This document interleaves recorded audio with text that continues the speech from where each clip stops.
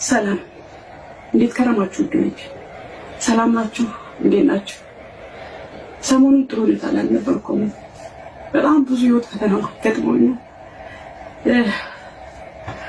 ይህን ብዬ መግለጽ አልችልም።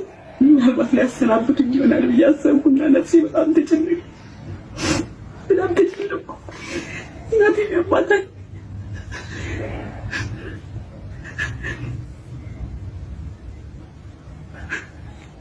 እንደዚህ ሁሉ ሲመጣ እንደዚህ ባዶነት ተሰምቶኛል። በጨንቀን በጣም ይጨንቃል። ክርስቶስ አምላክ የማይለውጠው ታሪክ የለም።